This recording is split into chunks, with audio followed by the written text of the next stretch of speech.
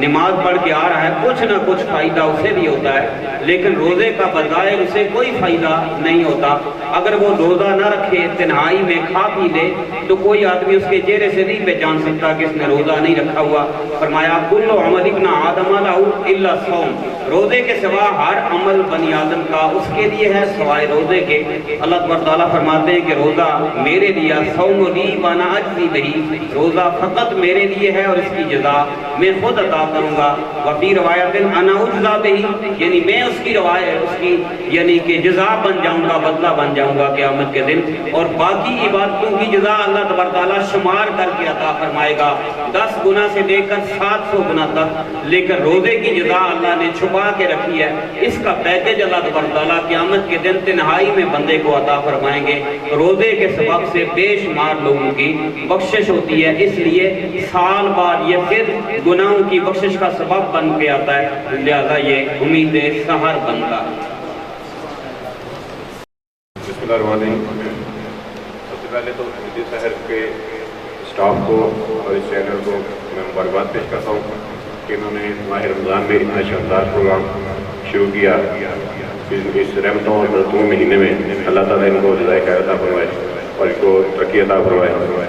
تو آپ سب سے میں پوچھنا چاہوں گا کہ چونکہ روزہ رکھنا یقیناً ایک بہت اہم عبادت ہے، اور اس عبادت میں ہم اپنے اوپر کھانے کی پابندی لگا دیتے ہیں، پینے کی پابندی لگا دیتے ہیں۔ تو پوچھنا میں یہ چاہوں گا کہ جس طرح آج ہم لوگ روزے رکھتے ہیں، یقیناً عبادت کرتے ہیں اور ہمیں ثواب ملتا ہے، کیا روزہ صرف کھانے اور پینے کی پابندی کا نام ہے، یا ہمیں اپنے ذہن پہ غلط سوچوں کی پابندی بھی لگانا ہوتی ہے کہ ہمارے ذہن میں غلط سوچ رہا ہے، ہمارے ہاتھ سے کسی کو نقصان نہ پہنچے، ہماری زبان کی تلخی سے کسی کا دل نہ دکھے؟ اس حوالے سے اسلام میں کیا تعلیمات ہیں، آپ صاحب سے جاننا چاہوں گا۔ بے شک روزہ بظاہر اس طرح ہے جس طرح کسی ادارے میں، پولیس میں یا فوج میں بھرتی ہونے والا آدمی چند ماہ، 7، 6 ماہ، 9 مہینے تربیت حاصل کرتا ہے، عملی تربیت، اور اس تربیت کو باقی 15 یا 20 سال سروس کے دوران اسے استعمال کرتا ہے، اس سے کام لیتا ہے۔ گویا رمضان مبارک کے مہینے میں بھوک اور پیاس یہ احساس دلانے کے لیے ہے کہ جو لوگ ہمارے معاشرے کے بھوکے پیاسے ہیں، ننگے ہیں، ان کا بتایا زندگی میں ان کا معاملہ کیسے ہوتا ہے، وہ زندگی کیسے گزارتے ہیں، ایک تو یہ سبق دلانے کے لیے، اور دوسرا روزہ الصوم جنہ، روزہ ڈھال ہے، یعنی برائیوں سے روکنے کے لیے ایک آلہ ہے، ڈھال ہے، اور جہنم کی آگ سے بچنے کے لیے ایک آلہ ہے۔ نبی کریم صلی اللہ علیہ وآلہ وسلم نے ارشاد فرمایا کہ جو آدمی بری بات اور جھوٹ کہنے سے خود کو نہیں روکتا، اسے روزے کی حالت میں یعنی بھوکا پیاسا رہنے کی کوئی ضرورت نہیں۔ اصل مقصد جھوٹ سے زبان کو روکنا، اور بدگوئی سے زبان کو روکنا، تہمت سے زبان کو روکنا، اور آنکھ کو بے جا دیکھنے سے روکنا، کان کو بےہودہ گفتگو سننے سے روکنا، اصل روزے کا مقصد تو یہ ہے۔ لیکن بظاہر اس کے یہ ارکان بھی ہے کہ کھانے پینے سے رک جانا، گویا روزے کا مقصد ہے رکنا، ظاہری کھانے پینے اسباب دنیا سے بھی رکنا، اور اس کے ذریعے سے دیگر جو اعمال ہیں جن کا تعلق روحانیات سے ہے، ان سے، ان کی برائیوں سے بچنا بھی روزے کا اصل مقصد ہے۔ روح روزے کی یہی ہے کہ دل کو برا سوچنے سے روکا جائے، برے خیالات سے روکا جائے، زبان کو جھوٹ سے بچانے کی تربیت دی جائے، اور کان کو برائی سننے کی تربیت، بچنے کی تربیت دی جائے۔ اصل روزے کا مقصد تو یہ ہے۔ یقیناً اپنے دل کو پاک خیالات سے آباد کرنا روزے کا ایک مقصد ہے، اور برے خیالات سے روکنا۔ تو آپ صاحب آج کل جو آپ نے دیکھا ہوگا کہ روزہ چونکہ صبر کا نام ہے اور امتحان ہے کہ ہم ہر طرح کی پابندی اپنے اوپر لگاتے ہیں، شام کے وقت آپ نے دیکھا ہوگا روزہ کھلنے سے پہلے ہمارے لوگ کچھ افراتفری کا شکار ہوتے ہیں۔ آپ سڑکوں پہ دیکھیں تو موٹر سائیکل بھگا رہے ہیں، گاڑیاں بھگا رہے ہیں۔ اگر روزے کی روح کو سمجھتے ہوئے اگر وہ وقت سے تھوڑا پہلے اپنے معاملات اور انتظامات کے لیے نکلے تو کیا یہ بہتر نہ ہوگا؟ بے شک ایسا ہی ہے، روزہ نصف صبر ہے اور صبر کی تلقین کرتا ہے، صبر کی تربیت کرتا ہے۔ تو روزے کا اصل مقصد ہی صبر سکھانا ہے۔ تو اگر ہم صبر کرنا نہیں سیکھتے اور خود کو تحمل مزاجی کا عادی نہیں بناتے تو گویا ہم روزے سے کچھ حاصل نہیں کر سکے، بلکہ ہم بھوک اور پیاس کے ذریعے سے خود کو تھکا رہے ہیں۔ اصل میں روزے کا مقصد ہی صبر و تحمل ہے، بردباری اور برداشت ہے۔ دوسروں کے لیے راستہ چھوڑنا ہمیں سیکھنا چاہیے، اور اگر کوئی بری بات کہے جیسا کہ حدیث پاک میں آتا ہے تو روزہ دار کو کوئی گالی دیتا ہے تو وہ اس کے جواب میں گالی نہیں دے سکتا، بلکہ 2 مرتبہ کہ انی صائم، میں روزہ دار ہوں، میں روزہ دار ہوں، یعنی میرے مالک نے مجھے برائی سے روکا ہوا ہے، گالی گلوچ سے روکا ہوا ہے، میرے مالک نے مجھے جواب دینے سے روکا ہے۔ بے شک تو مجھے گالی دے رہا ہے لیکن میں تجھے گالی کا جواب گالی سے نہیں دے سکتا کہ میں روزے سے۔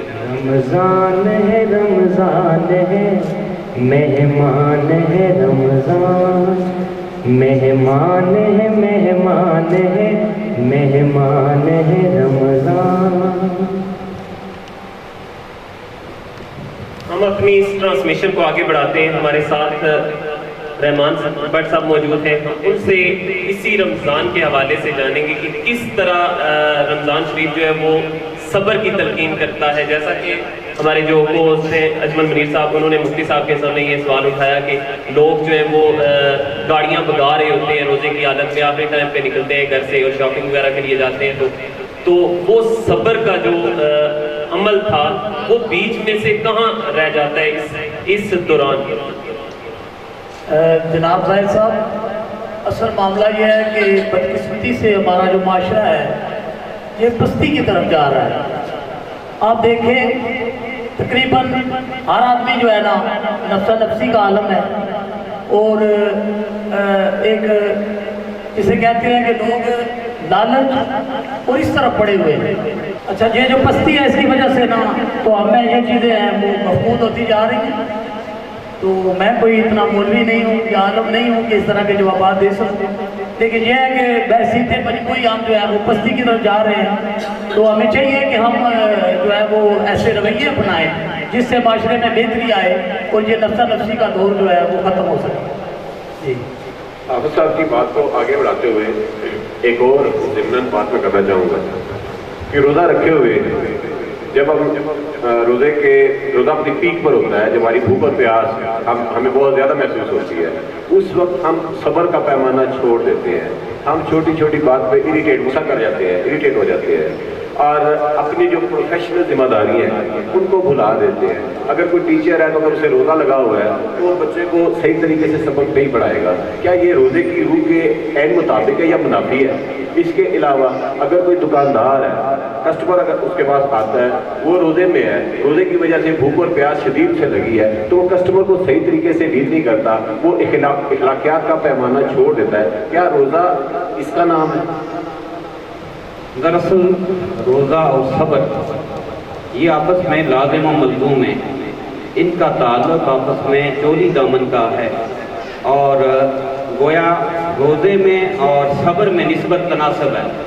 جو روزہ بڑھتا جاتا ہے، یعنی اس میں روزے میں کا وقت بڑھتا ہے، گرمی بڑھتی ہے، بھوک بڑھتی ہے، پیاس بڑھتی ہے، تکلیف بڑھتی ہے، تو اسی قدر اس کے ساتھ یعنی اسی نسبت میں بندے کا صبر، اس کی استقامت، اس کا تعامل بڑھنا چاہیے۔ اگر یہ چیزیں ہمیں حاصل ہو رہی ہیں تو پھر روزے کا مقصد حاصل ہو رہا ہے اور ہم صحیح معنی میں روزہ دار ہیں۔ اور اگر روزہ جوں آگے جا رہا ہے اور بھوک اور پیاس بڑھ رہی ہے تو ہماری بے صبری کا پیمانہ تنگ ہو رہا ہے اور بے صبری بڑھ رہی ہے، غصہ بڑھ رہا ہے اور برداشت اور حلم کم ہو رہا ہے، تو یہ سمجھیے کہ ہم روزے کی روح کے منافی عمل کر رہے ہیں اور روزے کو حقیقتاً ہم سمجھ نہیں رہے جس مقصد کے لیے روزہ فرض کیا گیا۔ اور روزے کے فرض کرنے کا مقصد اصل میں بھوکا پیاسا رکھنا نہیں، یعنی اللہ تبارک تعالیٰ کے خزانے میں کوئی کھانے کی کمی نہیں آ گئی، پانی کی نہیں آ گئی کہ روزہ ہم پر فرض کیا گیا کہ بھئی یہ ایک مہینہ روزہ رکھ کر جو ہے وہ اس کی کمی کو پورا کر سکے، یہ مقصد نہیں ہے۔ دراصل مقصد ہمارے صبر کے پیمانے کو آزمانا ہے اگر ہم صبر کر کے اللہ کی مخلوق کے سامنے عاجزی کا اظہار کر سکیں اور ان کے ساتھ اچھا سلوک کر سکیں تو پھر ہم روزے کے مقصد کو پا گئے. اور اگر ہم نے غصہ کیا اور دوسروں کو تکلیف پہنچائی تو ویسے بھی اللہ کے نبی صلی اللہ علیہ وسلم کا ارشاد گرامی ہے کہ لا مسلم من سالم المسلمین من لسانہ و یدہ او کما قال علیہ السلام، کہ تم میں سے کوئی شخص اس وقت تک کامل مسلمان ہو ہی نہیں سکتا جب تک اس کے ہاتھ اور اس کی زبان سے دوسرے مسلمان محفوظ نہ رہے. تو اس کا دوسروں کے لیے نفع بخش ہونا اصل روزے کا مقصد ہے. یعنی بھوک جب کثرت سے طاری ہوتی ہے تو بندے کو بھوکے آدمی کی حالت کا احساس ہوتا ہے. جب پیاس لگتی ہے تو پیاسے کی پیاس کا احساس ہوتا ہے. احساس دلانے کا گویا دوسرا نام روزہ. بالکل اسی طرح ہے. ایک اور معلومات جو آپ سے لینا چاہوں گا کہ جو لوگ نیا روزہ رکھنا شروع کرتے ہیں زندگی میں، یا بچے جب روزہ رکھنا شروع کرتے ہیں تو ظاہر ہے بچوں کی برداشت اس طرح نہیں ہوتی جس طرح بڑے آدمی کی ہوتی ہے. تو جب بچوں کو بھوک اور پیاس بہت زیادہ محسوس ہو رہی ہو اس وقت ان کے لیے اسلامی تعلیمات کیا ہیں کہ کوئی ایسی دعا یا وہ تلاوت کلام کرے یا کیا کرے کہ انہیں صبر آ جائے؟ اصل میں بچوں کے لیے اور بڑوں کے لیے سب کے لیے قرآن مجید کی تلاوت، کثرت سے درود پاک، روزے کے دوران نوافل پڑھنا، اللہ کا ذکر کرنا اور پہلے عشرے میں خاص طور پر اللہ سے رحمت کی دعا مانگنا، اس کی تلقین فرمائی گئی ہے کہ رمضان شریف کو 3 حصوں میں تقسیم کیا گیا.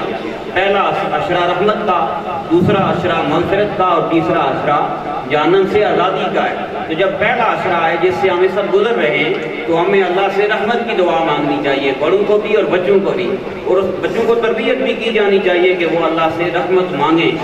تو یہ عشرہ پہلا رحمت مانگنے کا ہے. آپ اس میں اگر کثرت سے قرآن پاک پڑھیں، جیسا کہ سیدنا علی کرم اللہ وجہ کریم کا ارشاد گرامی ہے کہ جب میں چاہتا ہوں کہ اللہ مجھ سے کلام کرے تو میں قرآن مجید پڑھتا ہوں، اور جب چاہتا ہوں کہ میں اللہ سے کلام کروں تو نماز پڑھتا ہوں. تو دونوں چیزیں اللہ تبارک تعالیٰ نے اس رمضان کے ساتھ خاص کی ہوئی ہیں. نماز کا جو لطف اس مہینے میں آتا ہے وہ کسی اور مہینے میں نہیں آتا. تلاوت قرآن مجید کا جو حسن اور جو اس کے اثرات اس مہینے میں ہیں. آپ رات تراویح میں جاگ رہے ہوتے ہیں اور یہ دیکھتے ہیں کہ کس قدر لطف آتا ہے. اگر دوسرے مہینوں میں آپ کوئی آدھا گھنٹہ نماز کے لیے مسجد میں ٹھہر جائیں تو شاید اتنی آپ پر کیفیت طاری نہ ہو، بلکہ اکتاہٹ ہوتی ہے، تھکاوٹ ہوتی ہے. رمضان مبارک کے مہینے میں جس قدر آپ تلاوت زیادہ کریں گے اسی قدر آپ کو اس کی لذت محسوس ہوگی.